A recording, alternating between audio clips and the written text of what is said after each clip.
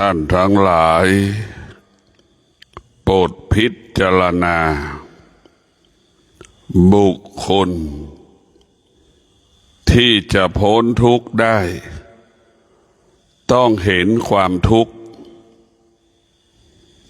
จึงจะเห็นเมื่อมาเห็นทุกข์และเราจะเข้าถึงความทุกข์เมื่อเห็นทุกข์และเราถึงจะออกจากทุกข์นั้นได้ดังบุคคลที่จะเห็นช้างถึงจะจับช้างได้ดังบุคคลที่จะไปจับควาย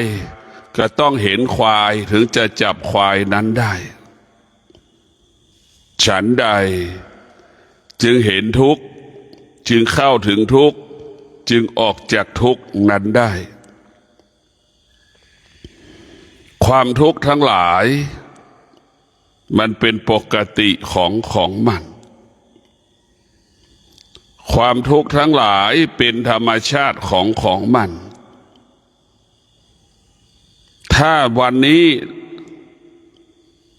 เรามีสติความทุกข์ก็เบาบางลงหากวันนี้เราขาดสติความทุกข์ก็เพิ่มขึ้นหรือความทุกข์ก็เป็นปกติอยู่ทุกลมหายใจความทุกข์ทั้งหลายมันก็เหมือนลมหายใจเข้าออกนั่นแหละมันอยู่คู่กับลมหายใจเข้าออกพวกเราต้องพิจารณามีอะไรบ้างที่เราไม่ทุกข์มันไม่มีเรานั่งสมาธิก็ยังเกิดความทุกข์เราสวดมนต์ก็ยังเกิดความทุกข์ปวดท้องจะไปห้องน้ำก็ยังเกิดความทุกข์ทำงานมันก็เกิดความทุกข์ทั้งสิ้นมันไม่มีสิ่งใดที่มันคำว่าไม่ทุกข์ไม่มีพระพุทธเจ้าจะบอกแล้วว่าการเกิดเป็นเหตุให้เกิดความทุกข์หากเราไม่ต้องการหากเราไม่เกิดความทุกข์ก็ไม่มีเพราะฉะนั้นพวกเราต้องดับความทุกข์ถอนความทุกข์ความทุกข์ทั้งหลายเกิดจากอารมณ์ความรู้สึกของเราความทุกข์ทั้งหลายเกิดจากไหนเวทนาเราไปยึดติดเวทนาก็เป็นทุกข์เราไปยึดติดในสิ่งที่เป็นไม่เที่ยงก็เป็นทุกข์เพราะเราเข้าไปยึดติด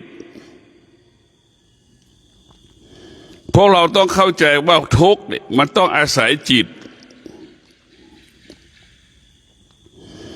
ถ้าจิตเราได้รับการฝึกฝนอบรม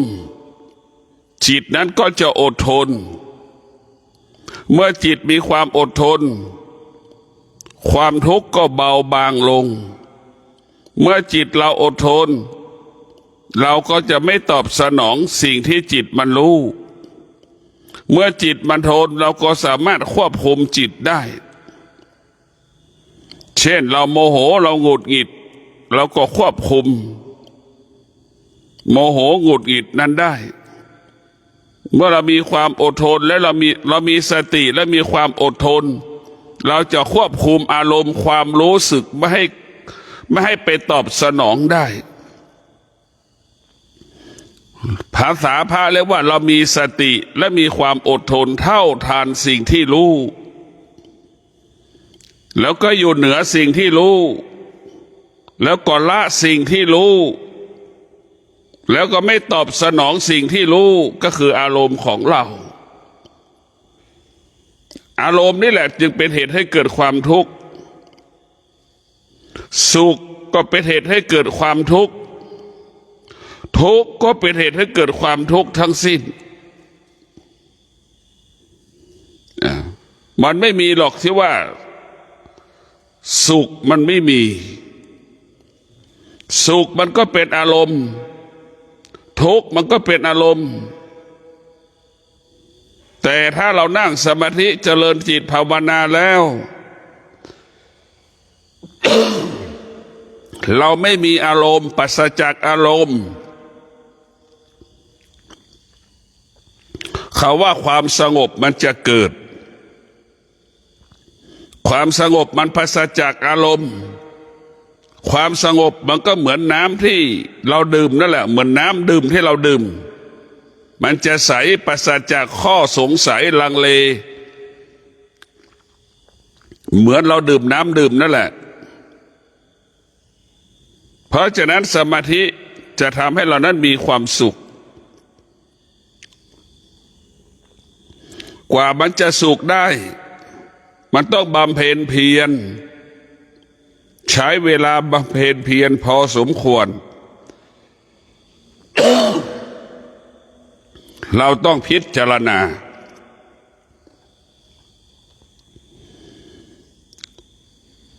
สติวิริยะเราใช้สติวิริยะใช้สติและความอดทนควบคุมจิตเราเหมือนช้างจิตเราเหมือนช้างเราต้องไปจับช้างให้ได้สติเปรียบเสมือนคนฝึกช้างนั่นแหละหรือบุคคลที่ไปจับช้างนั่นแหละสติก็ต้องใช้วิริยะภาคเพียรใช้ความอดทนถึงจะจับช้างนั้นได้เมื่อจับช้างได้แล้วก็ยังเป็นจำเป็นต้องอาศัยสติความอดทนวิริยะภาคเพียรฝึกช้างอีกจึงเกิดคำว่าช้างแสนรู้นั่นแหละเช่นเดียวกับเรามีสติเรามีความอดทนเรามีวิริยะภาคเพียรเราฝึกจิตให้จิตเราเป็นจิตผู้รู้เหมือนช้างแสนรู้นั่นแหละเราจะต้องฝึกคำว่ารู้ก็คือรู้อะไรรู้ซึ่งความจริงเช่นเวทนาเป็นเหตุให้เกิดความทุกข์เราก็ดับถอนเวทนาออกอุปทานเป็นเหตุให้เราเกิดความทุกข์เราก็ถอนหรือดับอุปทานหรืออนิจจังทุกขังอนัตตาเป็นเหตุให้เราเกิดความทุกข์หากเราเข้าไปยึดติดเนี่ยเราจะเห็นสิ่งเหล่านี้คนส่วนมากพวกเราทั้งหลายไม่เห็นทุกข์เมื่อไม่เห็นทุกข์มันก็ไม่สามารถเข้าถึงความทุกข์ได้คนไม่เห็นทุกข์ก็เหมือนของที่มันหายนั่นแหละแต่ไหมของที่เราเอาวางไว้แล้วมันหายไปหรือมันลืมไปน่ะแต่ไหมเราเอาของไปวางแล้วเราก็ลืมแล้วก็หาไม่เจอนั่นแหละคนที่ไม่เห็นทุกข์ก็เป็นเช่นนั้นเห็นไหมเหมือนที่บอกแล้วว่าบุคคลที่จะไปจับควายอยู่ในป่าช้างอยู่ในป่าเราต้องเห็นช้างเราต้องเห็นควายเราถึงจะจับช้างจับควายนั้นได้แต่พวกเราทั้งหลายเห็นทุกข์เราถึงจะเข้าถึงเมื่อเห็นทุกข์เราถึงจะเข้าถึงความทุกข์นั้นได้ถึงจะออกจากความทุกข์นั้นได้เมื่อเห็นทุกข์เราก็จะออกจากทุกข์ความทุกข์ก็ไม่เกิดส่วนมากความทุกข์ก็เกิดจากความรู้สึก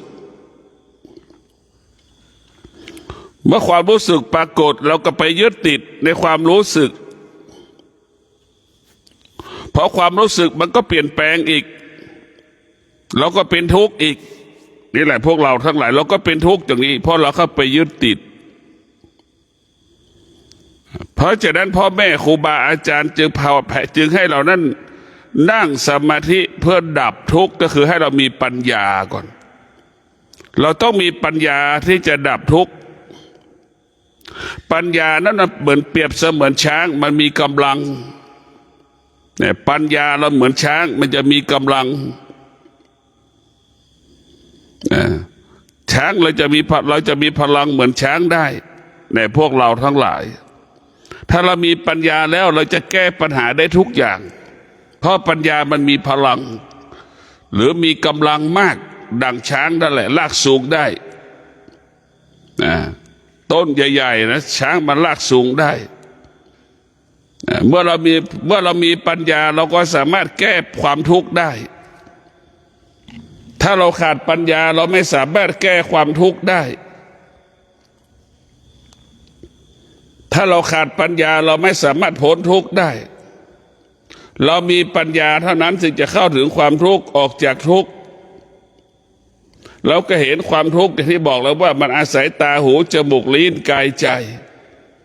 เป็นทางผ่านพวกเราต้องพิจารณาเป็นทางผ่าน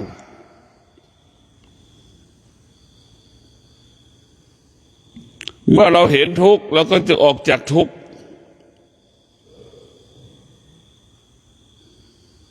ความทุกข์เป็นสิ่งที่มนุษย์ไม่พึงปรารถนาความทุกข์เป็นสิ่งที่ไม่พึงปรารถนาแต่มนุษย์จำนวนมากไม่คิดที่จะออกจากทุกข์ไม่คิดที่จะหาวิธีดับทุกข์พวกเราทั้งหลายอยู่เหมือนเดิมกินเหมือนเดิมนอนเหมือนเดิมตื่นเหมือนเดิมมันก็เป็นทุกข์เหมือนเดิมได้ไหมเพราะฉะนั้นพวกเราต้องพิจารณาเมื่อเราไม่ปรารถนาทุกข์แต่เราก็กินกับทุกข์นอนกับทุกข์ตื่นกับความทุกข์นอนกับความทุกข์ทำงานกับความทุกข์ความทุกข์ก็กลายเป็นเงาที่มันติดตัวเราตลอดเวลา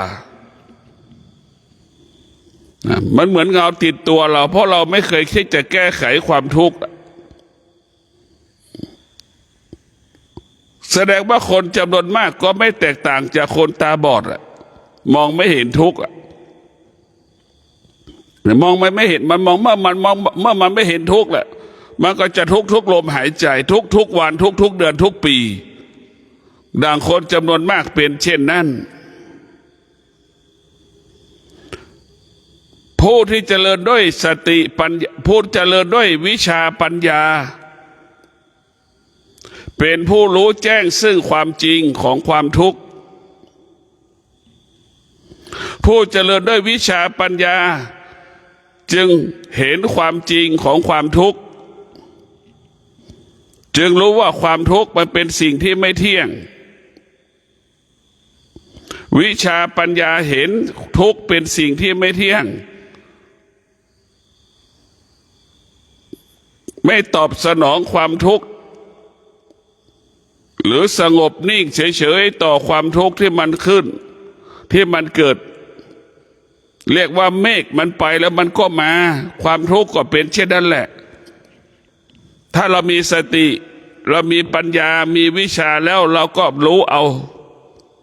เหมือนเมฆมันก็สลายไปในที่สุดแล้วมันก็จากไปในที่สุดเดี๋ยวมันก็ไปเดี๋ยวมันก็มาความทุกข์ก็เป็นลักษณะเหมือนก้อนเมฆแหละมันเป็นสิ่งที่ไม่ทนความทุกข์เป็นสิ่งที่คงสภาพเดิมไม่ได้ให้เราเข้าใจเช่นนี้เห็นไหมก้อนเมฆ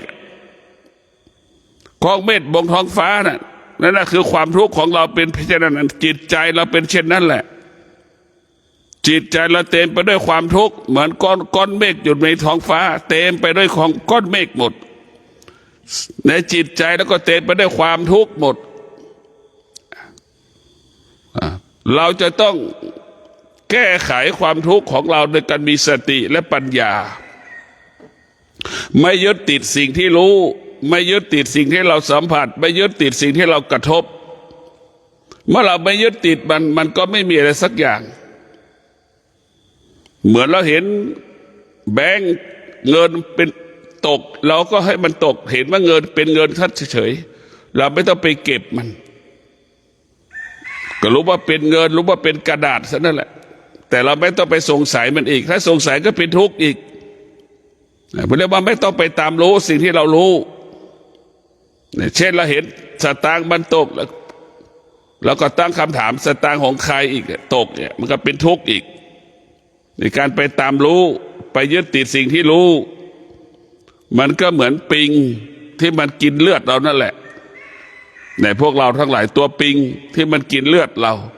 เหมือนยุงที่มันเดือดดูดเลือกเรานั่นแหละเราไปยึดติดมันทุกข์ไหมใช่ไหมเหมือนทากที่มันยึดมันดูดเลือดเรานั่นแหละ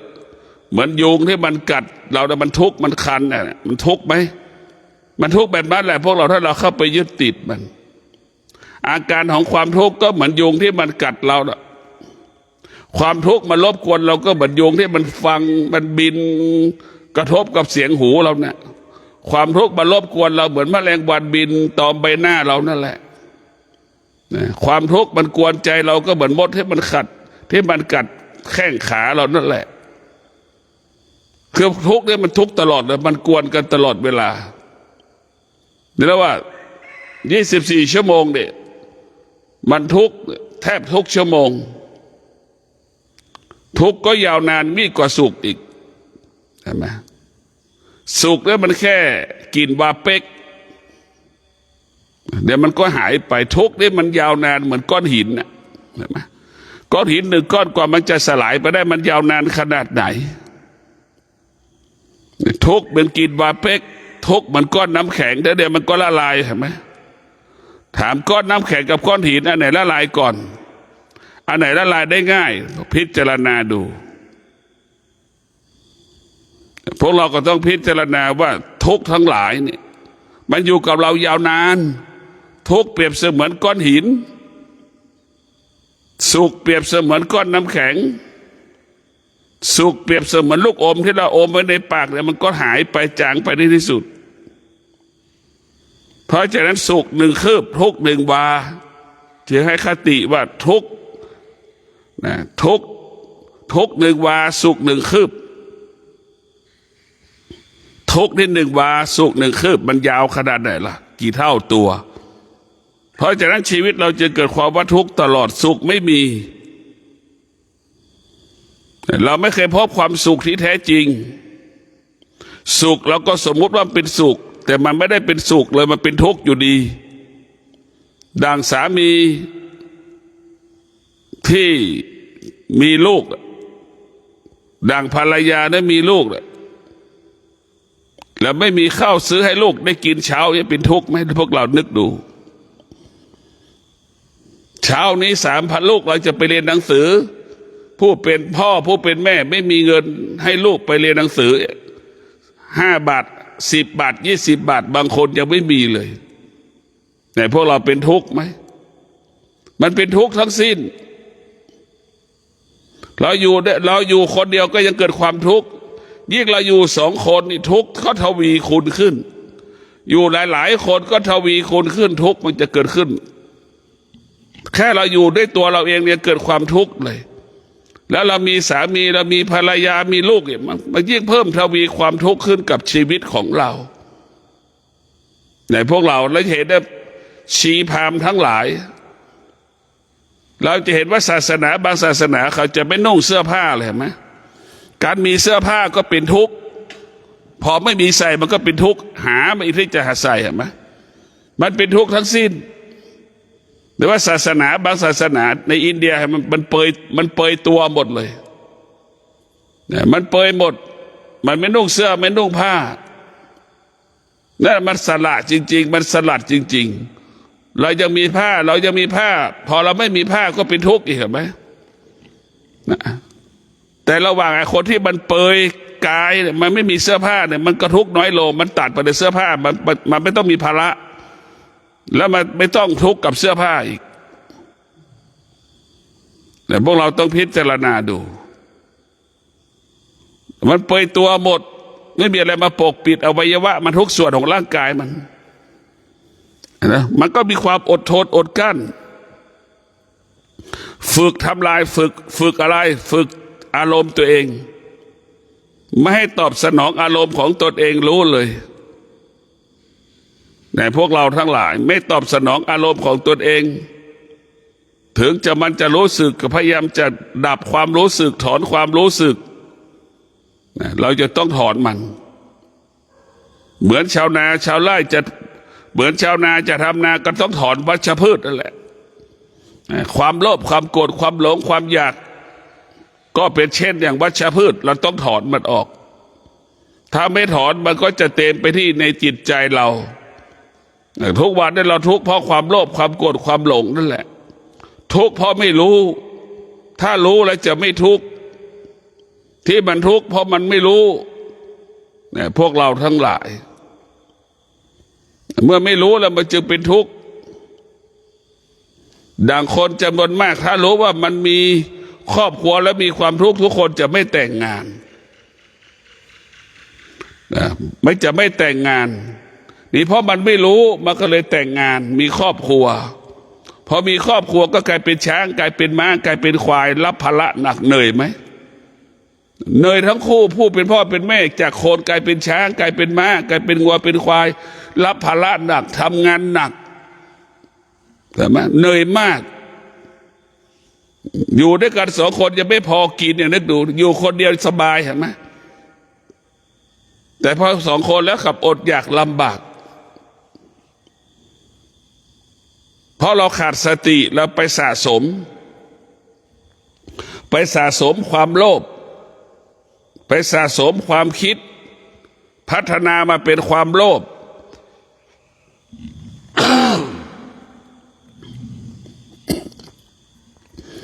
พัฒนามาเป็นความโลภเมื่อมีความโลภเมื่อไหร่มันจะเป็นทุกข์ทันทีพวกเราต้องพิจารณาถ้าเราไม่มีความอยากมันไม่มีความทุกข์ความอยากนี่มันกระจายเชื้อแพร่เชื้อแปรสภาพไปสิ่งต่างๆความอยากของกิเลสดังสามีภรรยาแต่งงานเพราะเกิดความอยากเมื่ออยากแล้วก็เกิดเป็นทุกข์เห็นไหมต้องรับภาระดูผู้ชายต้องรับภาระดูแลผู้เป็นผู้หญิงที่เรียกว่าภรรยาต้องมีสิ่งนั้นให้เขาต้องมีสิ่งนี้ให้เขาเห็นไหมมันจึงเป็นทุกข์ถ้าเราไม่มีสิ่งใดสิ่งหนึ่งนี่มันจะไม่เป็นทุกข์พวกเราจำไว้เลยว่าถ้าเรามีความอยากนี่จะเป็นทุกข์ถ้าเรามีคำว่ามีอยู่ได้เป็นทุกข์ทั้งสิ้นมันมีต้องมีคำว่าว่างเปล่าเท่านั้นถึงจะไม่มีความทุกข์ถ้าเรายังมีคำว่ามีอยู่นี่มันจะเกิดความทุกข์อยู่มันหัวใจเราต้องมีแต่ความว่างเปล่าเท่านั้นถึงจะไม่มีความทุกข์ถ้ามีคำว่ามีถ้ายังมีคำว่าอยากอยู่นี่มันจะทุกข์ตลอดเวลาเราต้องพิจารณาผู้ที่มีสติก็จะหยุดสิ่งที่เรารู้ได้ถ้าเรามีสติหยุดสิ่งที่เรารู้เราก็ไม่ทุกข์เรามีสติเราก็ไม่ตอบสนองสิ่งที่เรารู้เราก็ไม่ทุกข์เรามีสติรู้เราก็ละสิ่งที่เรารู้มันก็ไม่เป็นทุกข์เรามีสติรู้เราไม่ตามรู้เราก็ไม่เป็นทุกข์ในพวกเราทั้งหลายตัวสติมันคุมหมดเลยพวกเราคุมจิตก็ไปคุมกายอีกทีหนึ่งสติเหมือนเจ้าของบริษัทจิตเปรียบเสมือนผู้บริหารบริษัทเห็นไหมตาหูจมูกลิ้นกายใจเหมือนหัวหน้างานแผนกต่างๆไปควบคุมพนักงานแผนกต่างๆเห็นไหมนั่นแหละมันมีระดับชั้นมันอยู่พวกเราจะต้องพิจารณาแบบนี้อย่างนี้พวกเราต้องรู้เลยว่าสตินี่มันเป็นหลักมันเป็นหลักของชีวิตโดยเฉพาะธรรมะภาคปฏิบัติสติเป็นหลักเรียกว่าเรามีสติเราจะทุกข์น้อยลงถ้าเราขาดสติจะความทุกข์จะมากขึ้นความทุกข์ก็จะเกิดทีสติถ้าเรามีสติมันจะไม่ตอบสนองสิ่งที่เรารู้เห็นไหมถ้าเรามีสติเราจะควบคุมสิ่งที่เรารู้สิ่งที่เรารู้ส่วนมากมันเป็นไตรลักษณ์อนิจจังทุกขังอนัตตาสิ่งที่เรารู้มันเป็นเวทนาและมันเป็นอุปทานเมื่อเรารู้สิ่งเหล่านี้อย่างละเอียดถี่ถ้วนแล้ว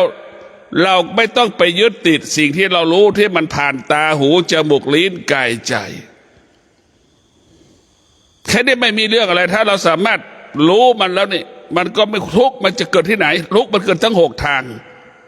6 ช่องประตูแห่งความทุกข์ก็คือตาหูจมูกลิ้นกายใจนี่แหละประตูแห่งความทุกข์ประตูไปสู่พระนิพพานก็คือตาหูจมูกลิ้นกายใจนี่แหละเพียงแต่ว่าเราจะฝึกตาของเราเนี่ยเราต้องฝึกตาให้เราเป็นผู้รู้ต้องฝึกหูของเราเป็นหูผู้รู้เราต้องฝึกจมูกเราเป็นจมูกผู้รู้เราต้องฝึกลิ้นของเราเป็นลิ้นผู้รู้ฝึกกายของเราเป็นกายผู้รู้ฝึกจิตเราให้เป็นจิตผู้รู้และเราจะไม่ทุกข์เราจะอยู่เหนือทุกข์และเราขอละทุกข์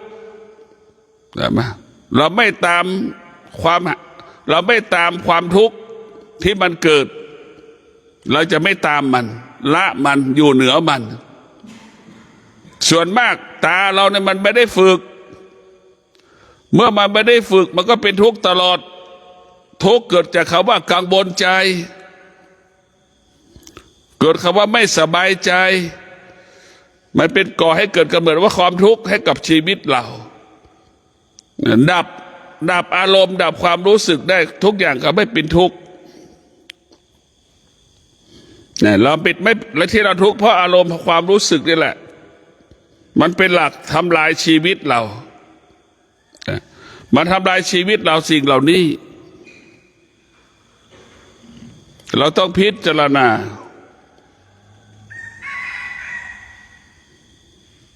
พระพุทธเจ้าเห็นทุกข์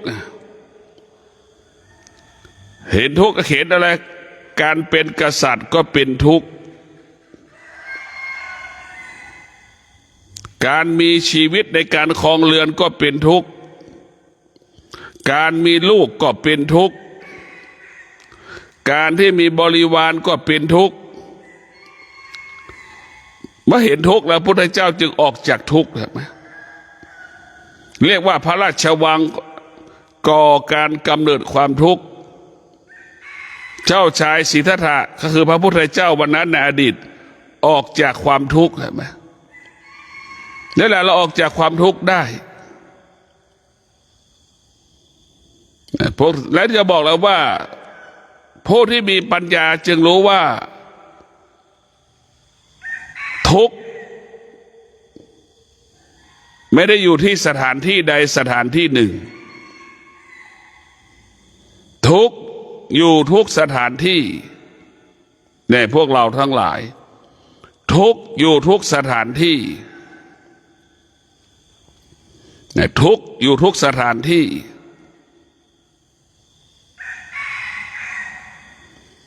ถ้าใจเราไม่สบายใจอยู่ที่ใดก็เป็นทุกข์ทำการใดๆก็ไม่ประสบความสำเร็จใจเราสบายใจอยู่ที่ใดก็ปกติทำการใดๆก็ปกติชนะสำเร็จแต่พวกเราทั้งหลายมาอยู่ตรงนี้หมดชีวิตของเราเนี่ยมันอยู่ภายใต้การเปลี่ยนแปลงเราพิจารณาดูตั้งแต่เส้นผมถึงฝ่าเท้าเนี่ยมันมีสิ่งใดบ้างที่มันคงสภาพเดิมมันไม่มีเลยร่างกายของเราเนี่ยมันเปลี่ยนแปลงทุกวินาทีร่างกายของเรานี่แก่โดยไม่รู้สึกตัวเห็นไหมเติบโตโดยไม่รู้สึกตัวเห็นไหมพวกเราใครรู้ว่าเราแก่บ้างไม่มีใครรู้ว่าเราแก่ไม่มีใครรู้ว่าเติบโตเหมือนเด็กอ่ะมันเติบโตมันยังไม่รู้เลยว่ามันเติบโตมันไม่รู้เห็นไหมสภาพจิตของคนส่วนมากเป็นดังเด็ก3 ขวบ 6 ขวบอ่ะมันไม่รู้ว่าดีไม่รู้ว่าไม่ดีมันมีแต่สนุกตามใจตัวเองอยากนั่งก็นั่งอยากเล่นก็เล่น อยากสัมผัสสิ่งใดก็สัมผัสอยากจับอะไรก็จับเห็นไหมมันตามใจตัวเองคนส่วนมากก็เป็นเช่นนั้นแหละตามใจตัวเองเหมือนเด็กถ้าเราฝึกจิตอบรมจิตเราก็เหมือนผู้ใหญ่เหมือนพ่อเหมือนแม่แตกต่างกันยังไงผู้ใหญ่กับเด็กมันแตกต่างกันอย่างไรเราพิจารณาดูพฤติกรรมความคิดก็ดีนะการยึดมั่นถือมั่นก็ดีเด็กนั้นสนใจไปหมดมันชอบใจมันก็ถือนานมันไม่ชอบใจมันก็ไม่ถือก็วางไว้ตรงนั้นแหละนะพวกเราต้องพิจารณาดูส่วนมากเราเหมือนเด็กไม่รู้กินกับเล่นสนุกสุขยังไม่มีทุกข์ยังไม่มีแต่สนุกใช่ไหมมีแต่ความพอใจเรียกว่ามีแต่ความพอใจกับความไม่พอใจเด็กมีความพอใจมีความไม่พอใจเท่านั้นจึงเกิดอาการซึ่งสำแดงอาการเห็นไหมผู้ใหญ่ก็เช่นนั้นคนส่วนมากก็เป็นเช่นนั้นแหละออกอาการเหมือนเด็กสิ่งใดพอใจก็หลงมันสิ่งไหนไม่พอใจก็เกลียดมันทิ้งมันพอใจก็เดินเข้าหามันไม่พอใจก็เดินหนีมันเนี่ยอันนี้แหละคือผู้ไม่รู้จะเป็นเช่นนี้ผู้รู้ไม่เดินเข้าหาไม่เดินหนีรู้เฉยๆผู้รู้คือรู้เฉยๆนั่นคือผู้รู้ไม่รับไม่ปฏิเสธมีแต่สงบรู้เท่านั้นสงบรู้มีสงบรู้เท่านั้นจึงฝากให้เราได้พิจารณาว่าสงบรู้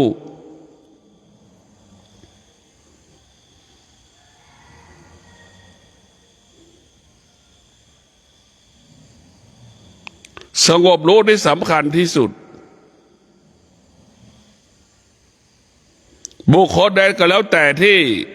ฝึกฝนจิตแล้วจิตมันมีผู้รู้มันเป็นผู้รู้จิตนั้นจะตื่นรู้จิตนั้นจะตื่นรู้ตลอดเวลาเมื่อจิตตื่นรู้มันก็ละสิ่งที่รู้เมื่อจิตตื่นรู้จิตก็ไม่ตามรู้เมื่อจิตตื่นรู้จิตก็ไม่ยึดติดสิ่งที่จิตมันรู้เมื่อจิตตื่นรู้จิตก็อยู่เหนือสิ่งที่จิตมันรู้แต่พวกเราทั้งหลายจิตเราตื่นรู้เราต้องพิจารณาสตินี่สำคัญบอกแล้วว่าสติเปรียบเสมือนนายจ้าง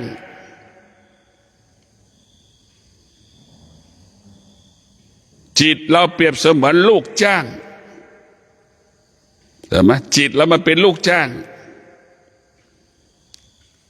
มันต่างกันยังไงระหว่างสติกับจิตมันต่างกันอย่างไร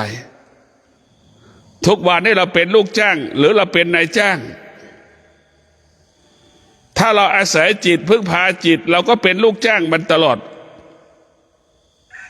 จิตจึงเป็นธาตุของการรับรู้จิตจึงเป็นผู้ถูกกระทำเพราะจิตไม่ได้เป็นจิตผู้รู้จิตจึงเป็นกรรมกรจิตจึงเป็นจับกลางจิตจึงเป็นลูกจ้างเห็นไหมพวกเราเป็นเช่นนั้นแหละถ้าจิตเราไปอาศัยสติจิตเราไปพึ่งพาสติจิตของเราก็จะเป็นเหมือนหัวหน้าแผนกงานต่างๆเห็นไหมมันก็เป็นลูกจ้างอยู่ดีแต่ว่ายกระดับจิตขึ้นเป็นหัวหน้าฝ่ายแผนกนั้นแผนกนี้เป็นผอ.แผนกนั้นเป็นผอ.แผนกนี้เห็นไหมถ้าจิตพึ่งพาสติจิตอาศัยสติจิตจะเป็นผู้รู้ถ้าจิตเรามีแต่ความคิดจิตเราไม่มีสติจิตเราพึ่งพาความคิดเราก็เป็นลูกจ้างจนตายไม่มีโอกาสได้เป็นหัวหน้าแผนกต่างๆไม่มีโอกาสได้เป็นผอ.ส่วนต่างๆพวกเราต้องพิจารณา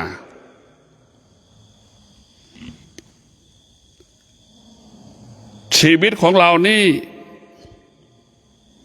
มันต้องพิจารณาอยู่ตลอดเวลานะพวกเรา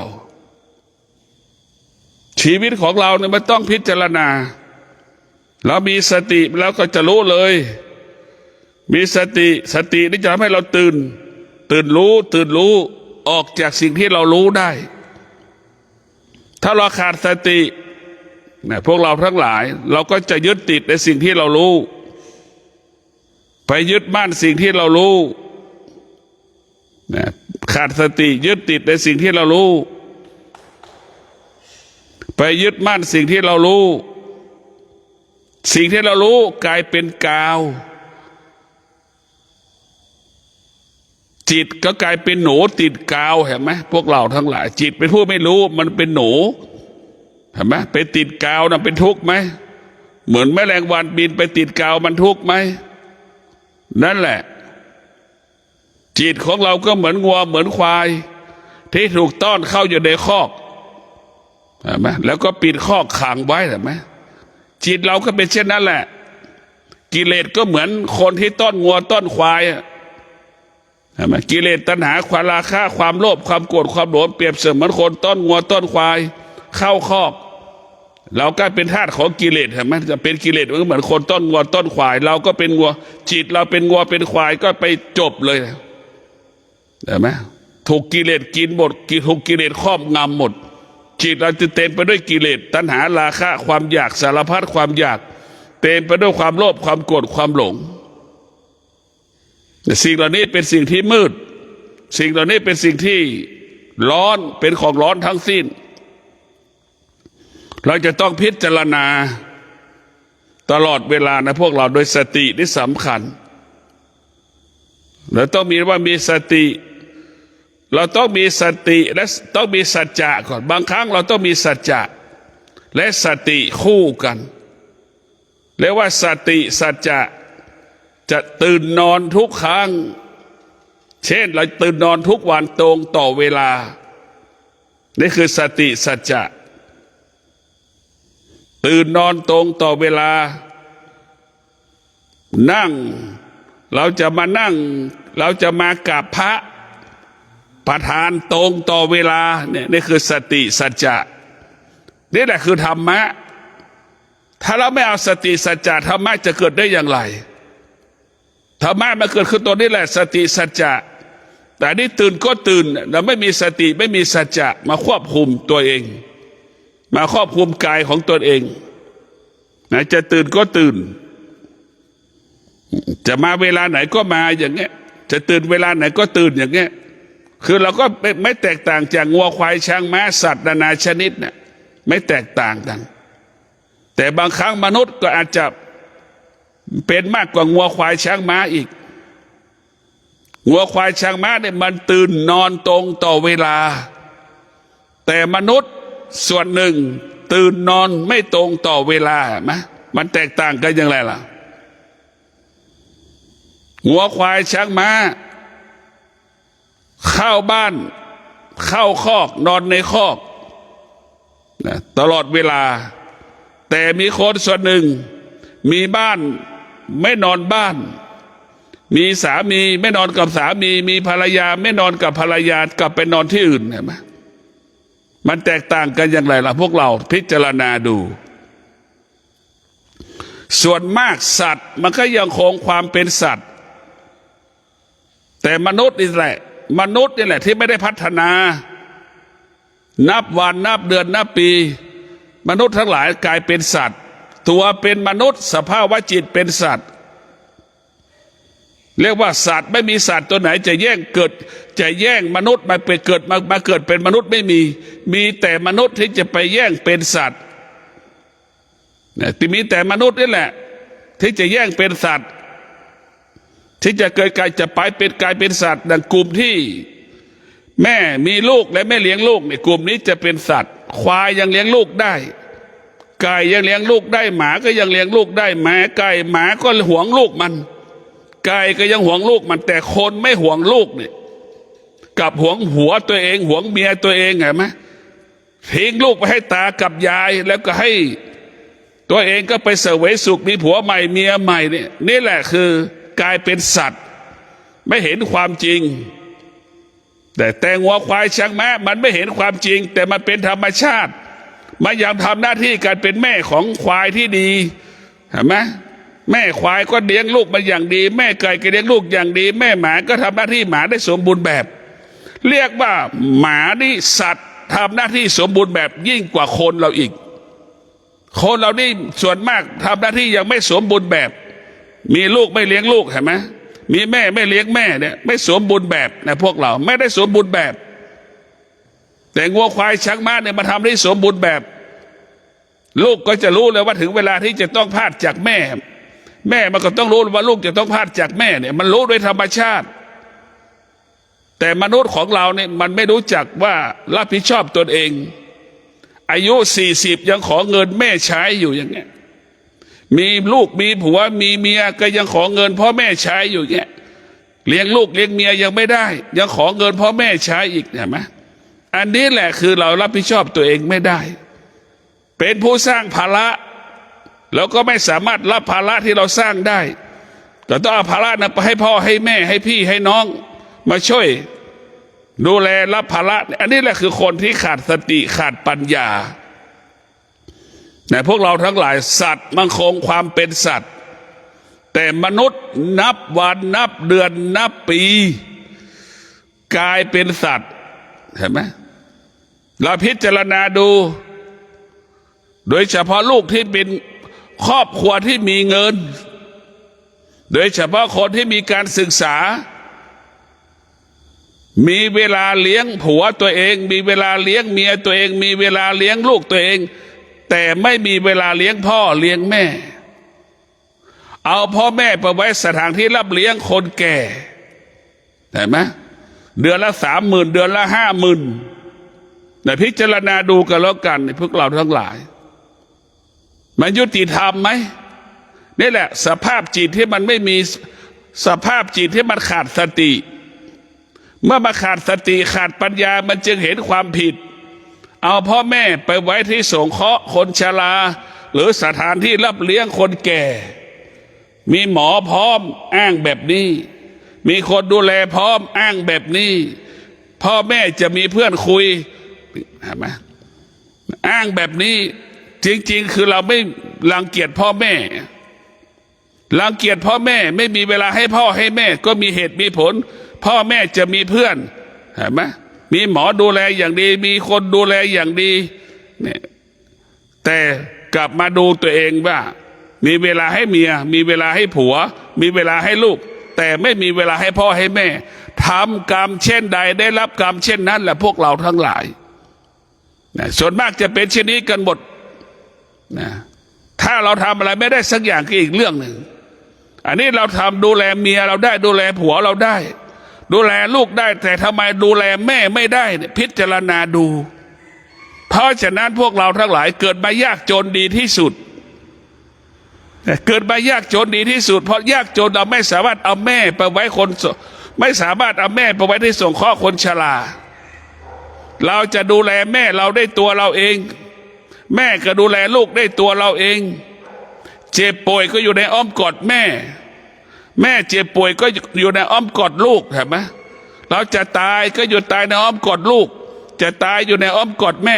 ตรงกันข้ามคนที่มีเงินแล้วขาดสติขาดปัญญาแม่ป่วยก็อยู่กับพยาบาลกับหมออยู่กับบุคคลอื่นเห็นไหมจะตายก็อยู่กับบุคคลอื่นหมดนี่แหละมันแตกต่างกันอย่างไรพวกเราทั้งหลายพ่อแม่ไม่มีความสุขโดยเฉพาะพ่อแม่ยุคปัจจุบันนี้โดยเฉพาะครอบครัวที่มีเงินแล้วเอาพ่อแม่ไว้กับที่สถานที่รับเลี้ยงคนแก่เนี่ยพ่อแม่ไม่มีความสุขมันเป็นวัฒนธรรมใหม่ซึ่งพ่อแม่รับไม่ได้มันต้องอีก20 ปี